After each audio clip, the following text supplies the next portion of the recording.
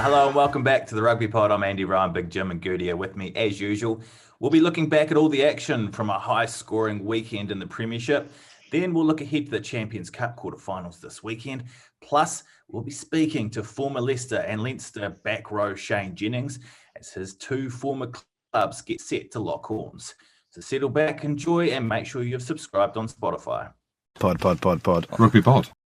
Jim, you've been in France catching up with an old sparring partner, have you? Yeah, I have. Earlier in the week. Yeah, my good friend of the show, Eben Etzebeth. I was in Marseille, Toulon, basically Marseille, because that's the only place you can get to. I don't want to be horrible to Marseille. I know the final of the European Champions Cup is in Marseille, along with the Challenge Cup. What a shithole, I have to say. So thankfully, I was out of there quite quick, but trying to get from Marseille train station to the airport was a bit of a faff. Anyway, the negatives out the way, and it was a bit hot, and the coffee weren't great, and oh my God, the toilets were awful. But anyway, that's the negatives out of the way. Goody, the positives. There was a Paul's pastry there. That reminds me of you, because every time we walked past one, you went and got a quiche and 3. I went and got one. And that was about as positive as Marseille got, but Toulon was lovely. That's where I went and met my sparring partner, friend of the show, Eben Etzebeth, this week. Did an interview for Rugby Pass with him. It weren't my best. In hindsight, it might come out all right. In hindsight, it might come out all right. Now, gone there solely for work, right? Obviously, big deal, big player, top 5, hard as nails, arms absolutely massive like mine were in my prime. I thought you were talking about yourself then. Yeah, kind of was. We were very similar. Like, we walked towards each other and it felt like I was walking towards myself when we did the showdown. And I was a bit dusty. And I've got a couple of people to blame for that. Well, one in particular, Jimmy from Budgie Smuggler. He were there in Toulon randomly. And we were at a beach bar the night before, just drinking these lagers, which after 2 or 3, like, I'm thinking, getting to see me, but Budgie Smugglers. I was that confident, even though it was coldish, that I was going to get in there and look all right. Basically, I had too many drinks the night before, is what I'm saying. So it was a little bit dusty. There was a lot of people down the pontoon in Toulon. We were walking back and forth doing the interview. Randomly, Northampton fans, there was a few Scotland fans, Wales, Irishmen, Englishmen, and me and Eben walking through. So the interview's coming out soon. It was good to spend a bit of time with him, Andrew. And I can't joke. What an absolute monster. My goodness me. Well, that's what I was going to ask. Obviously, he filled you in when you played against each other. And you're probably now half the man you used to be in terms of size because of your Graves' disease and all this. Did you put your arm against his arm and just say, look at the size of his compared to yours? Refused to do it. The Rugby Pass lads wanted me to bring a tape measure and measure my arm versus his arm. Like, I ain't doing that. Like, it's credible media. Why am I going to bring a tape measure? And I couldn't stop looking at them, I'll be honest. But he's a friend of the show. He's been on. I tell you what, he's a lovely, like most people are, right? He is a lovely, lovely bloke. And I know we had our beef once, which is basically what I live on. And we've had a joke on here about it or whatever. And that's my legacy, is grabbing a few fellow big human beings on YouTube for me kids to see. But what a lovely bloke. Really, really is. And I enjoyed my few hours with him. We were chatting about the Watt bike, we were chatting about how shit France is, and we were chatting about South Africa and whether or not he's keen to play in the Six Nations, which he obviously is. So it was good spending a bit of time with him, and he was asking for you, Goody. He weren't. Mate, you can't do the same gag twice and then I think it's going to be effective. There's a reason I didn't say anything. I know. Well, he didn't even know, mate. He doesn't even know. Before the podcast, he didn't even know you fucking were, son. So I know. Slightly embarrassing going over old ground with him, but no, he's a good bloke, and he spoke about Rassie, and we know Rassie was asking for you, wasn't he? And he was asking for me, and we like the South Africans on here. We really do. Goody, how's your week been, mate?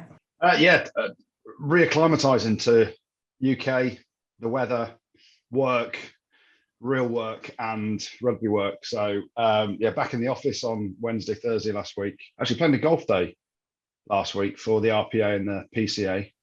Professional Cricket Association and the Professional Rugby Players Association. Played with Ryan Sidebottom. What a name, first and foremost. Side bottom or front bottom? What's he called? Well, any bottom you want. Sidebottom, his name is Ryan Sidebottom. Yeah, Lovely bloke. Yeah, I've heard of front bottoms before. Yeah. And then what, Saturday, well, I've been on the road basically, and I dread to think the calories that have been pumped in me on the long journeys. I'm trying to work this out, Jim. So I did a dinner down in Brighton at Hove Rugby Club. Massive shout out to the Hove Rugby Club boys. They all love the podcast. Yeah, I had a good fun with them on Friday night down at their dinner. Saturday, I then drove up to Beverley near Hull in Yorkshire, which was a good 4-hour drive, and all the way home again. Got home at about 3:30 in the morning. What am I thinking? I just wanted my own bed. But I dread to think the calories that I've destroyed in the car on the way up there and back. Do you eat a lot in the car, or is it just me? You have to have a nibble, right? Yeah, you do. I think when you're in the car a lot, you do tend to eat. I mean, obviously not as much as you, but you tend to eat a lot of food. It's a lot of shit food, isn't it, as well? It's like sweets, chocolate. You'll be drinking cans of Coke because you love that. It's like you say, it's like water, similar to water. I mean, Coke Zero Cherry, mate, and water. Well, there's no sugar in Coke Zero, is there? But it is, when you're on the road, that is the thing. Hey, we're rock and roll, Andrew. That's what happens when you're on the road. And you do these after-dinner gigs. And talking of that, I know you did a couple this weekend. I did one on Friday night, actually, at Heriot's Rugby Club. They're tough, aren't they? Some of the rugby club ones. It depends the demographic. Now, Heriot's, it's a great rugby team, one of the best teams in Edinburgh. But the demographic in the room was split. I'd say the average age was maybe 60. And there was a lot of young lads in there. So you can imagine some of the lads in there that are about 110 years old. And women, they weren't as old. But there was a couple of blokes in there that could have been about 100, 110 years old. Andrew, as you know, trying to service the different demographics, and we've been there together, we've done it individually. It's hard, isn't it? Because you've got the ones on the front row who are looking at me or us thinking, who the hell? What the hell are you talking about? And then you've got a group on the back row. And let's be honest, the only reason we're there is because of the podcast. And you've got the lads on the back rows just shouting, get your rolling bush, just screaming innuendos, where's Goody?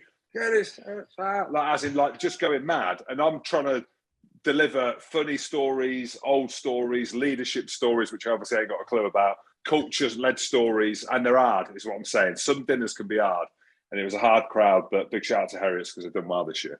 But it's hard, isn't it? Because you've got the old fuddy-duddies that want to hear all the old war stories, and you've got the young lads that are asking who's got the biggest bush.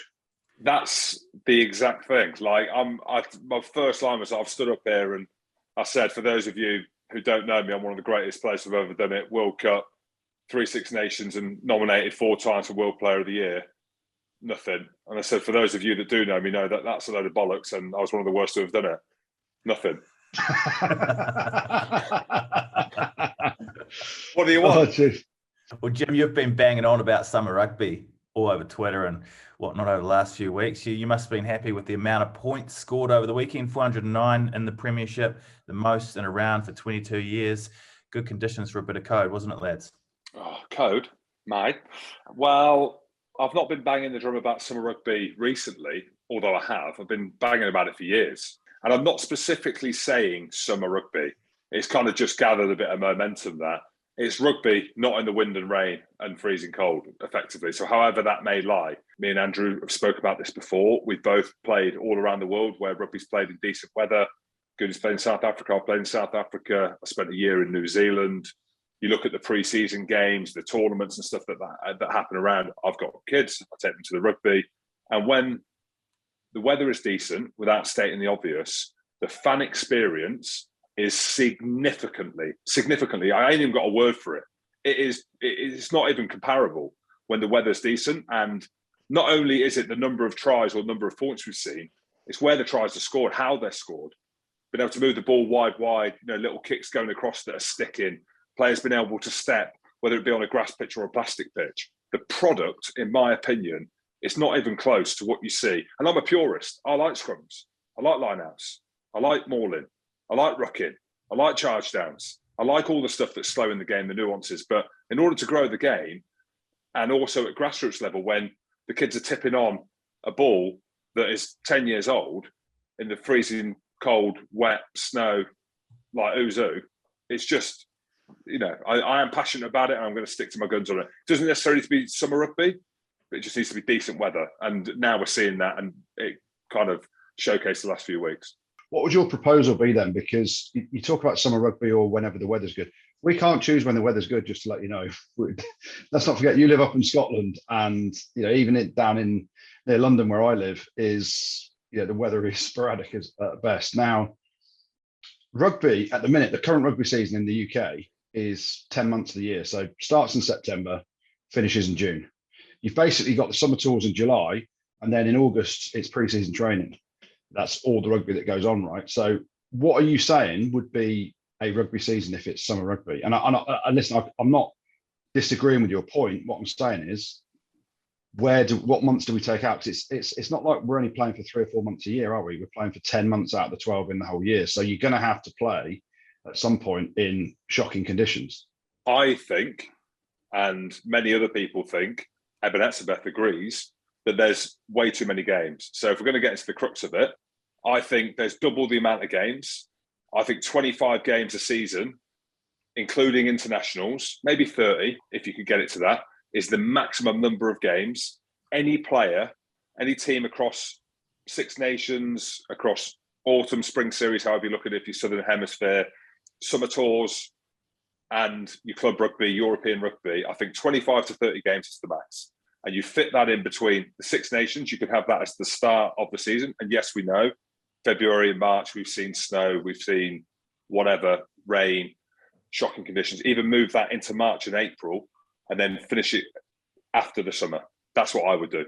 I don't think there should be any games over Christmas.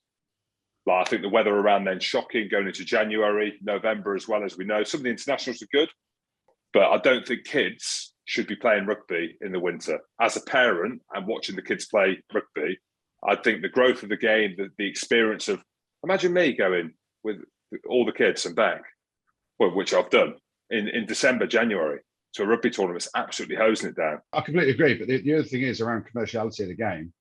And we're looking at a game that's, we've said it before, it's on its knees, on its tits, if you can say that. Financially, we've got to come to and realise something. You take out a load of games, there's obviously less value for the clubs, but also actually at Christmas, it's some of the most lucrative games for clubs from a hospitality point of view, from a bums on seats point of view. In the UK, look at every home game around Christmas. The big game at Twickenham, there's for that one, there's obviously 80-odd thousand there normally for Harlequins home game. Every home game in the Premiership, they have their biggest crowds around the Christmas period. And that's because families get together, they want to go and watch stuff. So to take that out, and this is, I'm not disagreeing with Jim, I'm just looking at the different points around the game and, how you fit it all around the season when we're playing for 10 months a year. Effectively, sometimes, like we're going to be playing 11 months this year, like the England internationals go through to nearly the end of July. So effectively, in rugby players in England, and I'm not saying England internationals per se, but you've gone from starting the season in September, finishing it in July. There's only August left. So which month do you take out if you're going to move the season?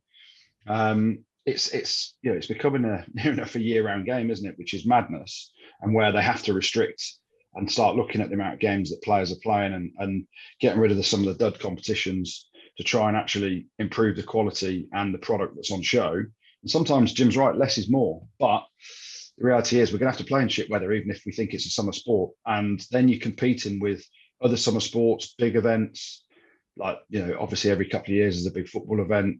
You've got Wimbledon that goes on, you've got holiday. People don't want to do stuff in July and August necessarily because that's when everyone's on holiday.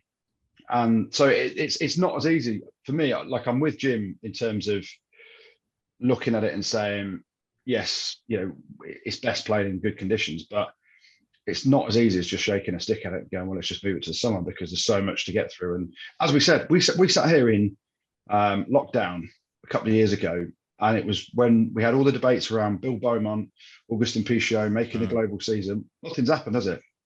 Literally nothing's happened. So of course that's 2 years later. So yeah, like, I'm with Jim. It looks great.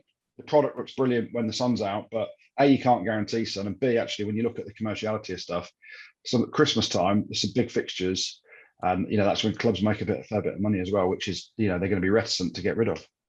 Do you think Bath would want a little bit more summer rugby? Jeez. I don't think they want rugby. I don't think they ever want to play rugby again. Well, some of them didn't, did they? Let's be honest. Some of them didn't want to be on that field. And to me, I did a column on it for Rugby Pass. It's a byproduct now. That is a byproduct of there being no promotion and relegation. And when Jim factors in talking about need to play less games, I agree. The Premiership needs to go back down to 12 teams. And this isn't a knee-jerk reaction off the back of Bath getting their pants pulled down the skid. I mean, skid marks like you've never seen before in your life from Bath and Bath. I feel sorry for the fans because it was an embarrassment to the jersey. It was absolutely abysmal. And my point is, if Bath were in the same position, but there was promotion and relegation, do you reckon they're getting hosed by 64 points by Gloucester? Or are they going to show a bit more fight? It's almost one of them one-off games where it doesn't really matter where you are. Bath, you could be bottom. Gloucester, you can be top. It's a one-off game, right, because of the derby and the history between the two. And many people have said it, and we've gone out at Bath. We've gone out at Hoops before. Hoops called me out about going out at him and having a joke. I'm going to say it frankly, right? And I feel awful saying it because it is easy to judge. I always say it's easy to judge and say you should be doing this, you should be doing that. Bath need to get rid of Hooper. They do. And whether or not that is him, look at it. You look at it, and again, you don't want to draw comparisons, but you have to, right, to Leicester.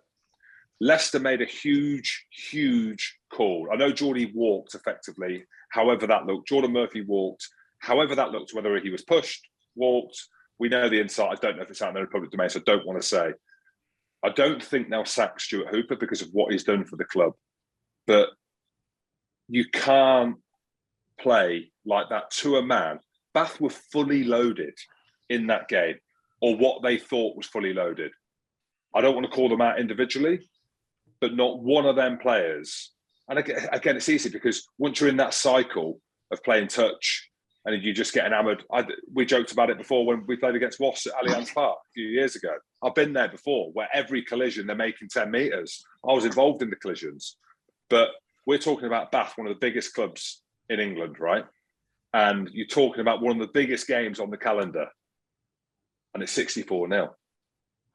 And listen to Austin Healy. I thought he was too nice. I watched some of his comments after saying, "Oh, they'll bounce back." And I saw Hugo Monye's, on the other hand, was saying that it was embarrassing. I'm with Hugo on it. I am, because I've played in them games. I felt the emotion. Now I don't know what they'll do with Stuart Hooper. I don't want to see. He's a young bloke. He's a young coach. Played against him, respect him massively. But you've got to say how it is. It was a disgrace. Sam Underhill was the only one that, to me, was relentless in putting effort in. And then they take him off after about 60 odd minutes. And again, it's the direction. They've got Van Graham coming in next year. And I'm with you, Jim. Like you said then, Stuart Hooper's got to go. And you're like, oh, he's done a lot for the club. I don't know what he's done for the club. I really don't. As a player. He put a lot in the jersey as a player. He did. Okay, yeah. But that's 10 years ago. So, when you're you can only be judged on the job you're doing, right? Not the job you used to do as a player, which is a completely different job. And let's pick up on the words of Rob Baxter last week. He said there's a lot of clubs towards the bottom of the Premiership that have been going through a reset for 10 years, just bubbling them. Bath, shocking. They've got to one Premiership final. They used to be, one of the biggest clubs in the Premiership, the Courage League era, all that stuff. They've been nowhere. And a lot of it probably boils down to the owner and how he runs things. You hear horror stories about him watching Bruce Craig watching training, trying to pick the team, trying to be in the changing rooms. He's a fan with money. Yeah, he's a fan with money. And he's got a lot of it, and he's put a lot of it in the club, so you respect him for that. But it's, Stuart Hooper's is yes man, effectively. So they need a clean sweep. Stuart Hooper's got to go. You've got to give it to Van Graham. The other issue is, it's their biggest ever defeat. Their chairman, what a joke of a bloke he is as well, Ed Griffiths. Hell of an impact. Hell of an impact he's had since he's been in there. But listen, it's there's it's a shocking place to be at the minute. They need some huge changes, and if Stuart Hooper has to go because of it, then unfortunately that's professional sport. And there's no sentiment anymore. There's no loyalty. If you're doing a bad job, why do you keep getting employed? And it sounds harsh, but they're the facts of life in any job.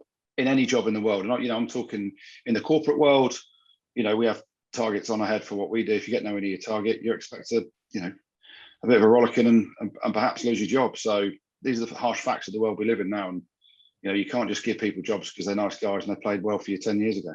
Goody, how hard are you going to go on Wasps? They let slip a 25-point lead for the highest scoring draw in Premiership history on Sunday. Yeah, I mean, I said it before a few weeks back around Wasps. They're either sublime or ridiculous, and they can do both. It sums up their season, really. It sums up how they play. Some unbelievable passages of play. Jack Willis was outstanding. His brother was brilliant as well. Dan Robson was on fire. Zach Kivarigi played really well. Malachi Feketona was unbelievable. Francois Hugard rocked up and played unbelievably well on the ding-a-ling-a-ling-a-ling. And they should have won that game comfortably. But then they take the foot off the gas. And it's something that's always been there at Wasps. They can score tries with fun. They can entertain like you wouldn't believe. But the lack of understanding and leadership to nut out a game is what is the difference between a champion team and an also-ran team. And, Lee Blackett said it after the game, it feels like a big loss. Fair play to London Irish. They had nothing to lose. Henry Arundel comes on, like he's about 12 years old, absolutely carves up from everywhere. Wasps take the foot off the gas, looking around at each other as opposed to, leaders standing up, and, London Irish do what they do. And we know we've seen it before from them, haven't we? We've seen Quins come back from massive deficits.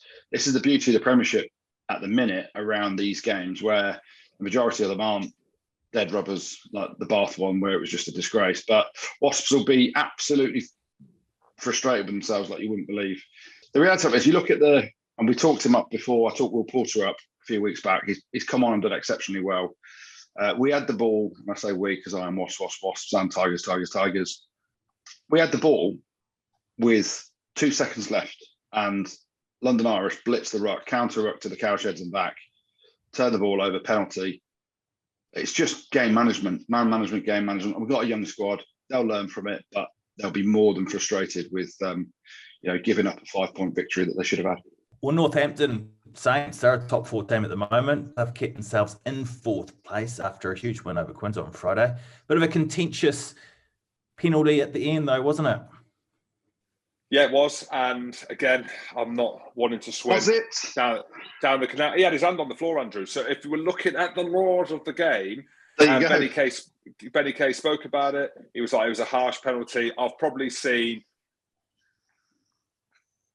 a lot this season where players do that. But by the letter of the law, it's the terminology that Matt Carley used, where he said it was a not releasing.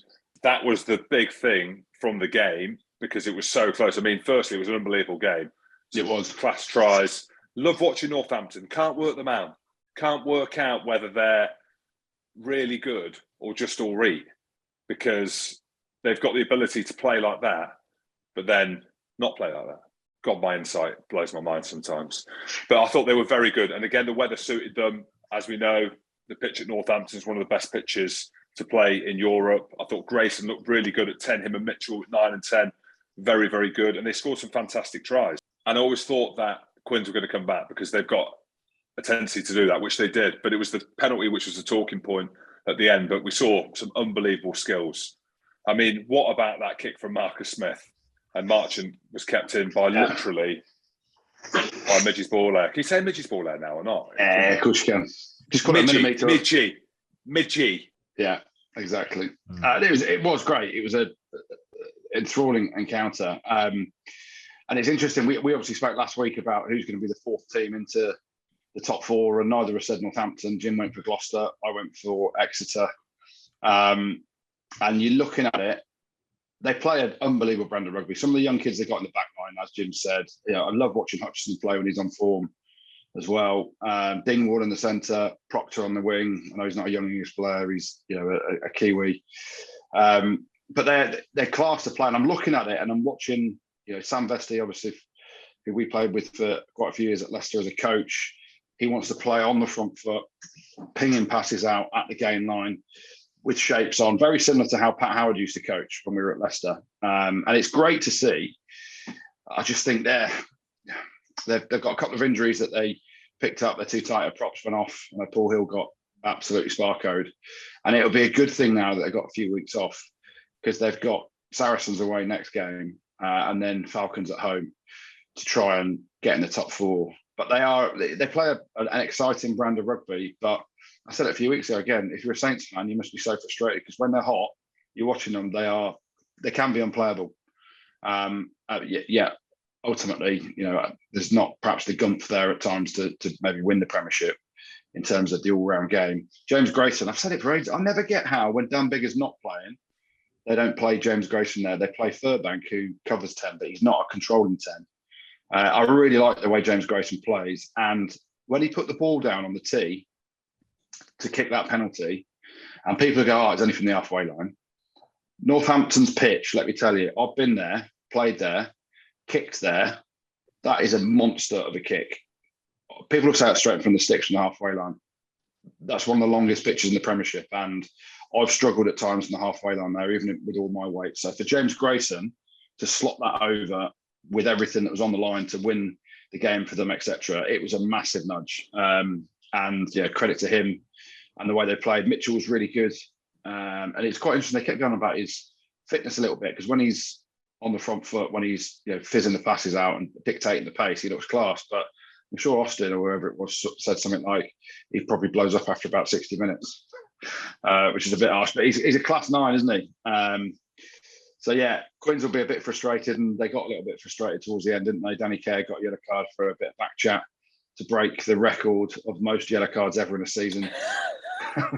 They've always got it in them, haven't they? That is one thing with Quins, that when there's a DNA and when there's a culture so embedded of talking rubbish and talking back to referees, you can't change it. You can't change it.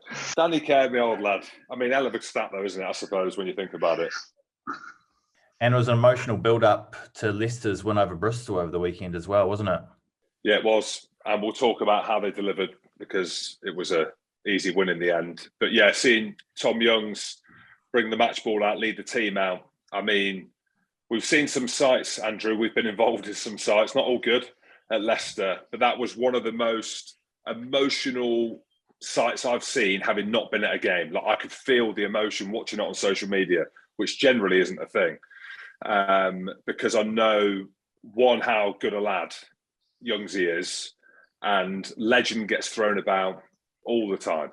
Bloody hell, I've called myself it maybe a million times. When you talk about legend, Tom Youngs would be close to the top of that list, not just as a player, as a bloke, but also everything as we know that he's going through. And I think you saw, to a man, players that would have played with him 4 years. You saw Genji's embrace as he came out as skipper. You saw every single player. You saw the referees. You saw the opposition players give him the emotion and that look to be like, you know what? You're a fucking legend, mate. That man absolutely deserved that moment.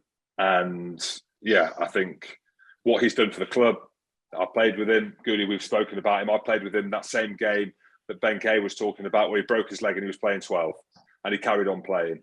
I mean, not only was he an unbelievable player and a bloke, he's a farmer, hard as absolute nails. So yeah, he's going to be a real loss for the game. And it's credit, if it was me and I was captain of Leicester through the time they were going in, I probably would have walked.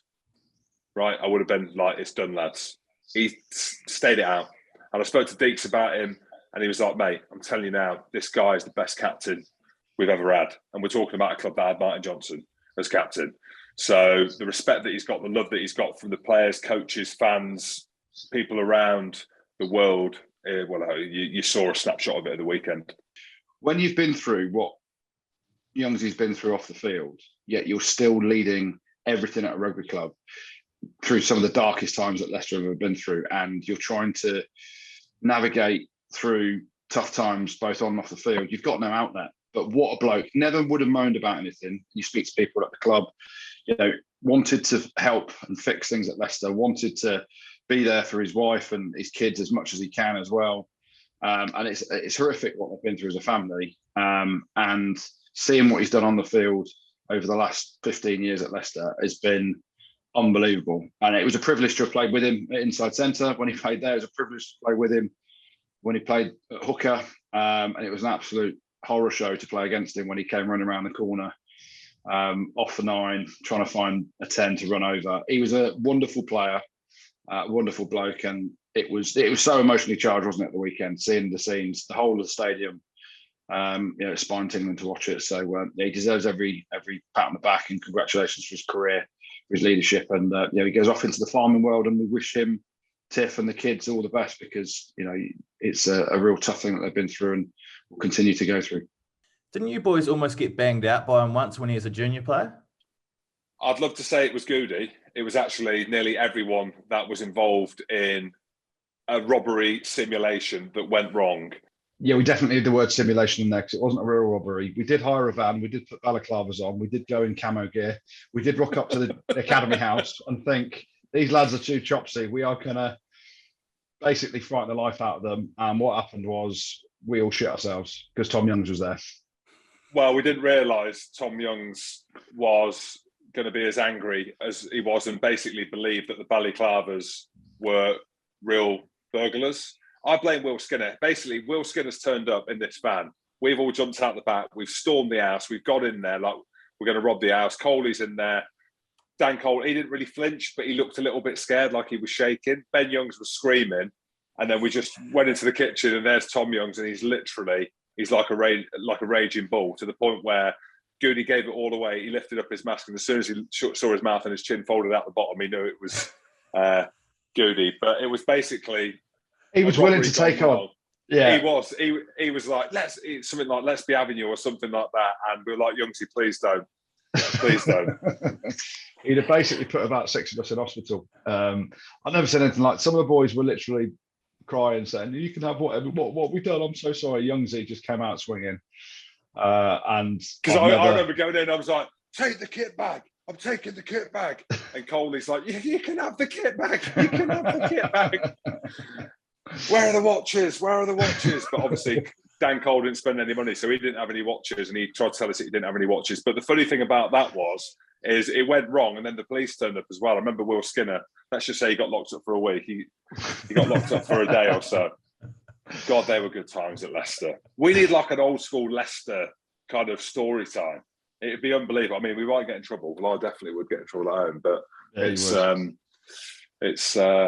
yeah, bloody good times.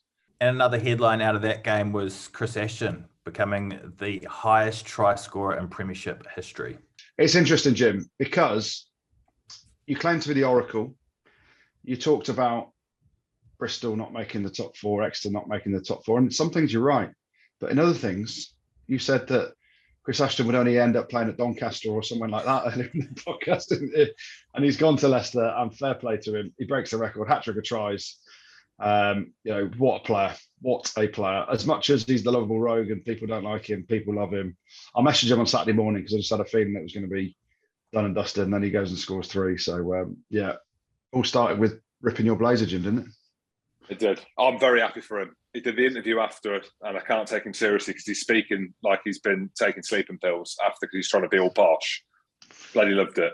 I absolutely loved it. I'm happy for him. I know we've joked about it on here. He should be at Doncaster. No, he shouldn't. He's at the top club in England at the minute, maybe even in Europe. Who knows? And I'll be honest, hand on heart, it's a big art, powerful. And I was very, very happy for him at the weekend. So, Ashy, the lovable rogue, you're welcome, big fella. The only issue I've got with it, though, is a question. Did not see the ash splash at all. He had 2 opportunities to put out the ash splash. So, he told me. Yeah. Also, the try he scored to break the record was diving over off the back of a kick, so it was difficult. But the 2 breakaways he got, one was a lovely line, and then the other one was a finish on the edge. He had the chance to do the ash splash, but apparently Walter said no. No, he doesn't like doing it. He told me. He said he was embarrassed by what that had become. And it basically came down to, he brought a book out called Splashdown or Shit Down or something, or Shit Splash.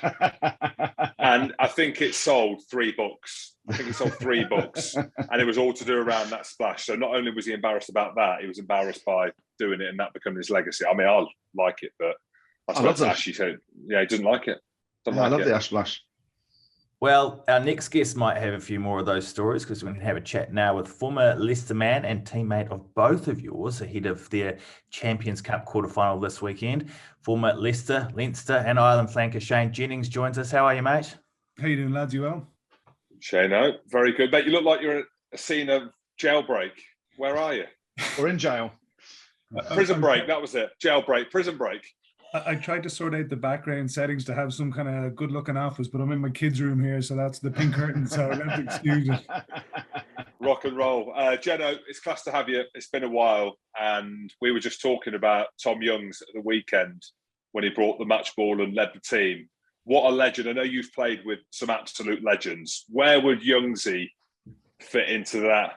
It was funny. I was just looking at the squad there. I think there's probably two lads that I would have played with when you lads were there as well. And Tom Youngs was one. Ben, his brother, I think was 16 at the time. And then Youngsy the prop as well. Or not Youngsy the prop, sorry. Coley, exactly. So those three lads were there. And I remember he was playing centre at the time when we were in the club. And he was dominating Monday Night Football. So I just remember him as a good man. And then I remember seeing him obviously from afar doing well with Leicester in England, and his family's associated with the club for years, just like Smithy, Zelfel and all these kind of fellas. So you need fellas like that in the club, and it's nice that he's gone out the way he wanted to do with his family and his brother and all that. So good luck to him. Yeah, definitely. How's things with you, mate? We know that you're obviously came to Leicester, you went back to Dublin and playing for Leinster and took all the good stuff over there, and look how well they're doing now. Basically, you and Leo came and stripped everything out of Leicester and took it back to Leinster to create winners. How's life with you? I know you're not massively involved with your rugby, but life good? Life is good, thanks. Yeah, life is great. The only bit of involvement I have at rugby, I'm on the Barbarians committee, so we have a few meetings a year. I bring the age profile down by about 60 odd years in that committee. So it's great to be involved in that. And I've got a few mates involved, obviously with the Irish team or Leo and Leinster. And it's nice to see even Deeks and Smithy with the Leicester team. So it's nice to keep in touch looking at teams like that. But I wouldn't be watching it as much as you guys, and I wouldn't be as up to speed as much as you guys. But this weekend is going to be a magic game. I can't wait for that. Well, let's talk about this weekend then. Shane, first and foremost, we'll get to rugby in a minute. Plans for the weekend, you're coming over with some mates, aren't you? I'm going to interview you in the Champions Club pre-match, but how many beers are you going to sink in Leicester this weekend? I think you two know that I'm not the biggest drinker, so I'll be just... I was hoping that'd change now you've retired. No shamungus or whatever you lads used to drink back in the day. Ashtrays, shamungus, yeah, the old triple Bacardi breezes or whatever they were in the glass. No, see it off, son. Flying over on Saturday. It's a mate's 40th, so we're bringing him over and two other mates, and like you said, to go to the lunch before and get the game, and then we're flying out the next day. So not the longest visit, but it should be good fun. I can't remember the name of the bar we used to go to. Was it the Terrace? Is that still there? The Terrace, mate. The Terrace is still there. I genuinely think if you rock up to that with Leo, you might be banned, because I'm sure that Leo's still banned from that place. Leo never came out. Were you there that night that I got beaten up outside the Terrace? There was an all-dayer one day, and myself, there was a pub up by Queen's Road on the park, or Victoria Park, and myself, I think it was Moody, Geordie, and Leo. There's a few of us anyway, and a few of us straggled into town, and someone said the wrong thing to somebody, and it was like a Tom and Jerry skit. There was just a big ball of people. So I went out like the peacekeeper I was to go outside to see if my teammate was all right. And I ended up getting filled in by some bird with a stiletto around the back, cut my eye open. and then literally about 5 people just kicking lumps out of me. So we went back the next day to apologize to the bouncers because we couldn't really remember what was happening. So went up and he said, "Here, listen, I'm sorry, did we do something?" He goes, "No, you're in the wrong place at the wrong time." And then he showed me the footage. And I was like a rag doll getting beaten up, thrown around up and down the road. So it'll be the first time I'm back since then. So that put in the foundations effectively for you to become one of the best sevens on the circuit after that, wasn't it? Like after that, it made a man of you, if you can say that nowadays. After getting beaten up by a girl with a stiletto, yeah. If in doubt, just blame your mate. It was Leo Cullen's fault. So you might not be allowed back into Terrace, that's for sure. What do you make? I know you're not watching huge amounts of rugby, Jeno, but Leicester, top of the league now. They've done so well in Europe. They're up against Leinster, who, again, we say it every single year, just don't bloody get challenged. They just win comfortably. And when it comes to the big, big games we've seen in recent years in Europe, they struggle because they're, you know what I mean? They've not been tested all year. Yeah, I think the question mark, not like you said, I'll keep an eye on it. And I like watching the Premiership. The standard's good, and it's nice to see, like I said, Leicester doing well. I think where Leinster fell last year was the kind of the powerful La Rochelle front five or pack basically kind of bullied them, and that hurts for a player to kind of realize. And I think they've learned hopefully a lot from that. And they're going in like this is an unbelievable game at the weekend. These are two teams, the top.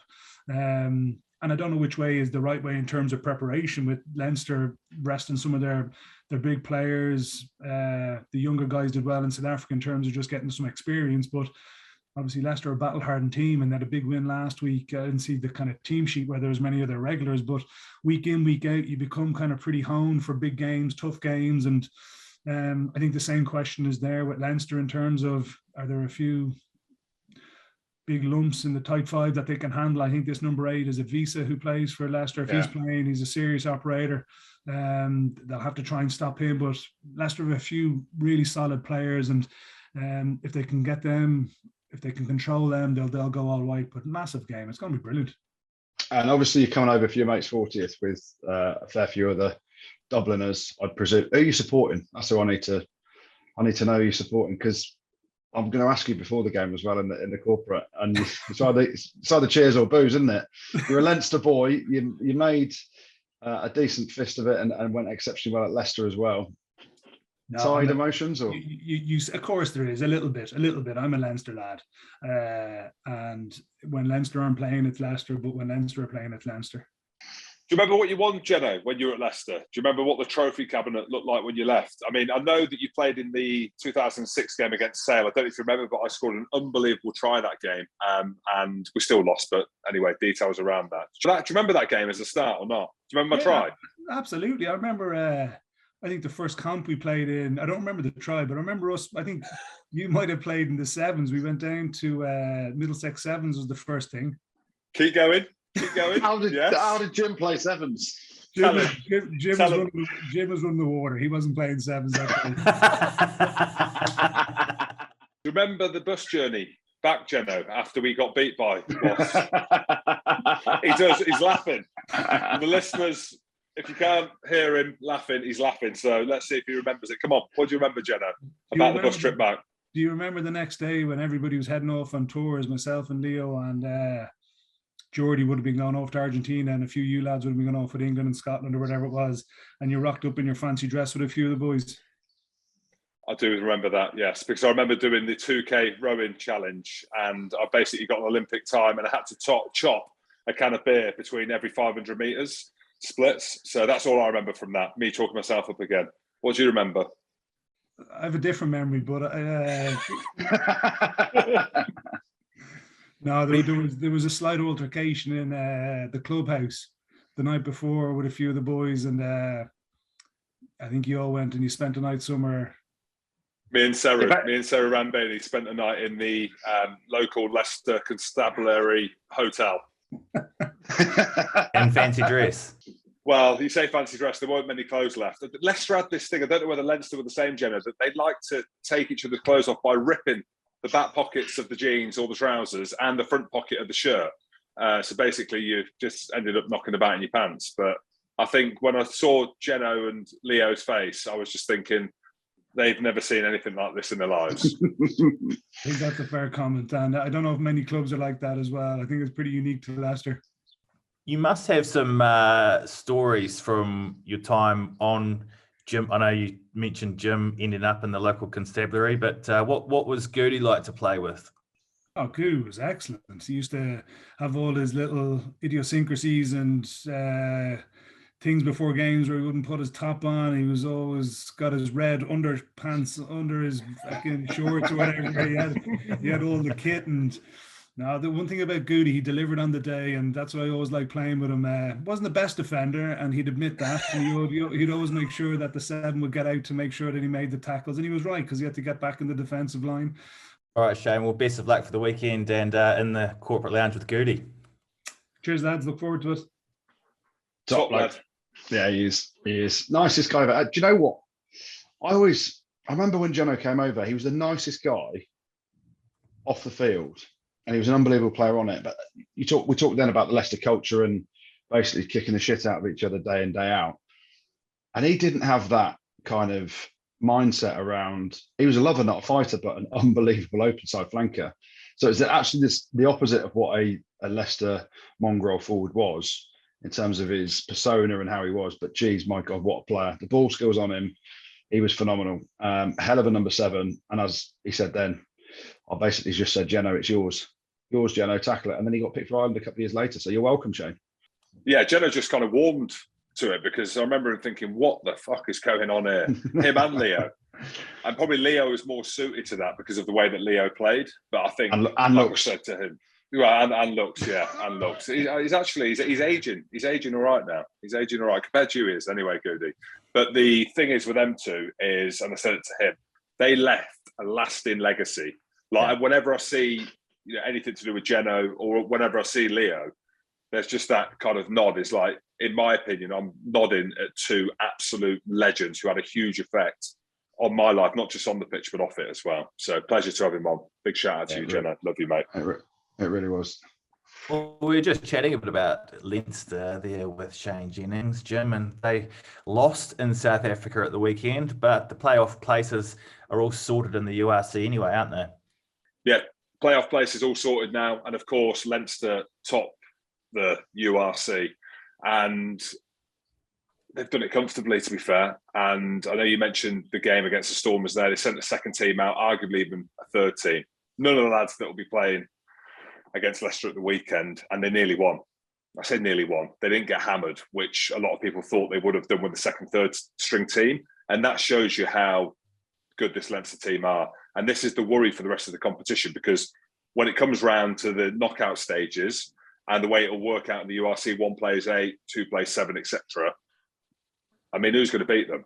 And you look at the way that's going to unfold now, the poor Scotland teams. So Edinburgh in 8th and Glasgow in 7th. They play against each other at the end of the season. And obviously the loser then plays Leinster. But don't worry. Don't worry, because the winner then plays Munster or the Sharks. Or the Stormers. Or the Stormers, yeah, exactly. So the Stormers can obviously come back through as well. But I think the competition will be good, the back end of this season. I think what we're waiting for, speaking honestly, it's been a bit bitty all year for the URC with the South African teams coming in, with the COVID stuff that we've had, with some of the games having to be rescheduled, some of them being played during the Six Nations. It's been a bit bitty. But the race now to the playoffs, as you said, the top 8 have been established, but the race now to the quarterfinals where 1 plays 8, 2 plays 7, that's when it's going to get really interesting. And then it's going to come down to the semis. And then, like we said, the final's probably going to be in Leinster, let's be honest, in Dublin. And who can beat them? And I think when I look at the profile of them teams, we know that Ulster can do it. We know that Munster historically have done it. But I would love to see a fully loaded Sharks or Stormers team, because they're the 2 out of the 3 South African teams in the top 8, with the Bulls being in there as well. They're the 2 that I think on their day could really do something special. So, again, Leinster, unbelievable. Ulster had a big win in Edinburgh, against Edinburgh, fully loaded, had to defend for their lives. Edinburgh threw everything at it. Ulster obviously a bit pissed off from the week before, having lost in their game against Munster. But yeah, I think I'm looking forward to the back end of it. Hey, in decent weather as well. Shall we have a look at Europe then? The quarterfinals, Champions Cup quarterfinals predictions. Where should we start? Munster, Toulouse. What do you guys think? Yeah, Munster Toulouse is a hard one to call because we've seen frailties in this Toulouse team this year. Whereas you go back, they obviously won it last year, beating La Rochelle at Twickenham. And when you list off the players in the squad, the likes of Dupont, the likes of Untermack, Thomas Ramos, the forward pack, they've got the Arnold boys, Marchand, but they're world-class players. Yet we've seen Ulster dust them at their own place. We've seen them struggle in the top 14 as well. I just think I'm confused now, because had it been at Thomond Park, I reckon I'd have backed Munster to win there. But the fact that it's at the Aviva and Toulouse actually beat Munster at Thomond Park, I think it was last year, in the knockouts. I don't know, maybe Toulouse. I convinced myself that Munster were going to do it because it was all a bit of feel-good factor there. Diolande is an absolute monster. And now the Aviva, I'm sticking with it. Munster, I'm still going to back Munster. I'm going to back Munster as well. And if not, we could just blame Ed Sheeran. It's a really easy out. It's a really easy excuse this weekend. I want to see Munster win. Obviously, Wiggs Billy was on here. Or McWig, what we calling him now? He's Irish. Graham O'Roundtree. Graham, Roundtree. I want Munster to win. I'm backing them. I think they're a team that are coming into a bit of form at the business end of the season. With Van Graham going as well, that can have a kind of adverse effect on the team. But now they've got Graham Roundtree. They're going to be more settled. So I'm going for Munster. Close game, sending off for Toulouse. I don't know why I'm being horrible, but that's where I'm going with it. What about the Welford Road factor for Leicester and Leinster? Heart and head. This one, isn't it? I want Leicester to win so bad. They've overachieved this season. They have overachieved with what they've got, with Borthwick coming in, with everything that's happened. I'm with Geno on one point, the point that I made and asked him about Leinster not being challenged this year and Leicester literally all guns blazing, even in the Prem Cup up until last week. They were fighting on all fronts, right? This year, they've mixed their squad. Their best players are on form. George Ford's been playing the best he's played. Youngsy's playing well. Even when Freddie Burns comes on, he's been playing exceptionally well. Jasper Wiese, one of the best players in the Prem. I mean, Montoya at hooker. I mean, it's Genji. Again, we can start reeling off the names. And then I'm thinking, in my heart, I want them to win. But I'm looking at Leinster. I'm like, how do you beat this team? And teams in the past have shown, like we've mentioned, Saracens have beat them, Ulster have beat them recently. Physically, you've got to be at that level. And I just wonder whether Leicester, even with the players that I've mentioned, have got the 80-minute physicality and accuracy. And we've seen a few line breaks in defence. There's been a few leaks around there. There's no doubt they've got the talent in terms of the profile of players. But just that squad of players have done so well. This is knockout rugby, which a lot of them have not been in, against a team that have been in it for the last 5 or 6 years. Oh, fuck it. I'm going to go for Leicester because I want them to. Really? So I'm going fan now. I'm going fan. All right, I don't want to be expert here. I'm going fan. I'm desperate for Leicester to win. Leicester have got a big question marks around who they pick. Nandolo's, to me, got to be in the team whenever he's fit. It's a massive game. He's a huge point of difference physically. Chris Ashton scoring tries for fun. You'd have to play them too if we want to get into. Would you though? Harry Potter. Yeah, I know. No. I get it. But it comes down to games in which players have just done it. In recent years, you've got to think with Ashley, he's won European Cups, he's won Premierships galore. He's done it on the biggest stage. You know exactly what you're getting. I'm not saying that Harry Potter, who I'm a massive fan of, I think he's been fantastic this season. But I think the joy of Leicester in the player like Ashley and then Dolo as well, you've got that experience as well. And I think in these big games, Andrew, as you know, you see here, I'm a little bit kind of burnt with my past because I kept getting told experience. That's why I missed out on the big games. So that's why I'm hitting you with it now because it's been buried into me. But you had 60-odd caps with Scotland, so surely you were more experienced than the other two. Cocker said it was like having one cap for England, though. So true. It's different experience. Yeah. So I don't know. I can't wait. But I think, like you said, the big thing is going to be around trying to get the selection right. There's no doubt about it. Freddie Stewart as well at 15. He was class again at the weekend. Every game he's played, he's brilliant. So, it's so tough. I just think Leicester have got, they play a brand of rugby at the minute, which is a bit risk adverse. They chucked it around a little bit against Bristol at the weekend, as we spoke about earlier. But I don't know. You need a bit more to beat Leinster. I think Leicester don't have, apart from Nandolo, don't have that huge amount of physicality like a La Rochelle did last year, where we saw Leinster really struggle. But Leinster and Ireland have now worked out how to handle big teams. They play the brand of rugby they play with the ball handling, and that's where I just think they'll test Leicester's defence, especially in the back line, a lot. Come on, Andrew, you're airing your dirty laundry on here. You're airing I am. Your well, I'll be there. I'll be there at the game. Spaces. Yeah, I'll be there at the game with my Leicester hat on. My heart wants Leicester to win, 100%, but my head is saying Leinster.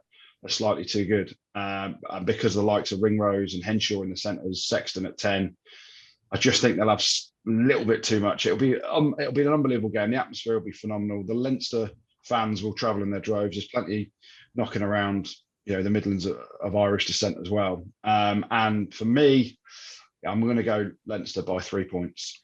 And I hate to say that because I want Leicester to win. And I'll be there with my Leicester cap on, employed by Leicester at the weekend, loving life. Will you have your Leicester bra on or not? Because they've got them ones in the shop, them frilly ones. Yeah. Will you have that on? 36 double Ds, mate, definitely. Jesus Christ. Well, La Rochelle, Montpellier. Not overly bothered. What do you mean you're not bothered? Why are you being horrible? La Rochelle. Montpellier. We got friends of the show in Montpellier. Yeah, but not. It was shit when I was there for a year. I'm going to go La Rochelle, but I ain't bothered either way. And Racing Sale. A lot of people thinking Sale can beat Racing in Paris. Who's saying that? Austin. Really. And he's normally pretty good with analysis. I can't see it. Discipline has been awful for Sale. We're talking about one of the biggest teams in the world in Racing at home. Just power. A lot of French players in that against a team like Sale who are struggling to make top 8 at the minute for the Prem. So when you look at it like that and you say it out loud, it's going to be difficult. But I like Val Sanderson. They've not been amazing this year. So I think it's a foregone conclusion. I hope it's not, but it's great to see Sale in the quarterfinals. Let's say that. It is. The big point of difference is AJ McGinty, isn't it? If there's a rumour that he may be coming close to fitness. If he's fit, they've got a chance. If he's not, can he see at all how they can beat them over there? With the talent they've got in the back line, Vakatawa's come back. He's firing again. Imhoff, Chavancy, Finn Russell. With the ill discipline that Sale have shown, they've got the power. I just don't think they've got the spark to stop this ridiculous Racing backline. Thanks, Gertie. Thanks, Jim. And thanks, producer Tristan. Thank you very much for listening. Don't forget to check us out on YouTube and make sure you've subscribed on Spotify. Rugby Spod. Spotted pod.